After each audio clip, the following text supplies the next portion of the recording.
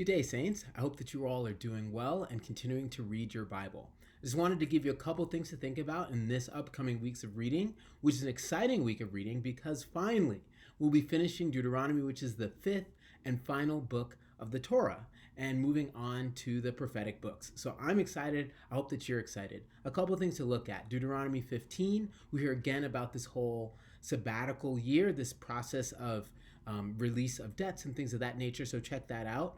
16 and 17 contains a lot of laws that were designed to help the people structure their life when they're past this time of transition, which is actually something that's really relevant today. Oftentimes we can be in a time of change or transition, but we have to think ahead to what we're going to do when we're settled and when we need structures that normally working societies have. And so you can check that out as well.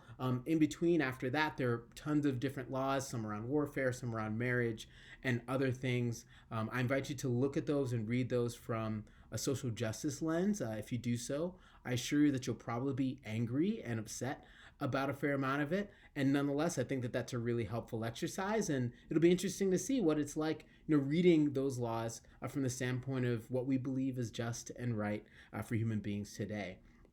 Moving on, chapter 23 is one of my favorite of all of the book of Deuteronomy. It has many interesting laws, some around who's included in assembly, laws that would later be broken and broken quite spectacularly.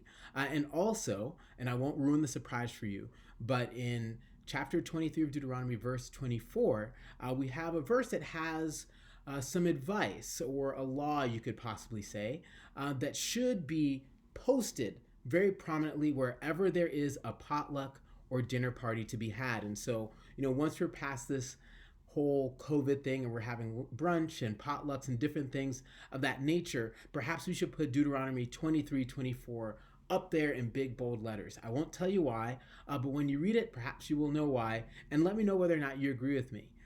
We get back to some curses and blessings towards the end. Joshua is officially charged in verse 31. And in the verses 32 and 33, remember, this whole thing is a long, long sermon of Moses. And so Moses closes out his sermon with the Song of Moses, which was a poem and a final blessing. I can get behind that. And then in chapter 34, we hear about Moses' death. And so those are some things to pay attention to. It's interesting, though, that this was something that he wrote, and yet he writes about his own death. But that's something for another day. And then finally, we head into the book of Joshua. We see Joshua doing his best Moses impression with the help of some priests, and it is a new day entering the promised land. And so I hope you enjoy this week's reading. If you got tired of being in the wilderness, well, note that this week's reading will take us out of the wilderness, and it is a new day for everybody. So I hope you enjoy this week's reading, and I'll see you soon.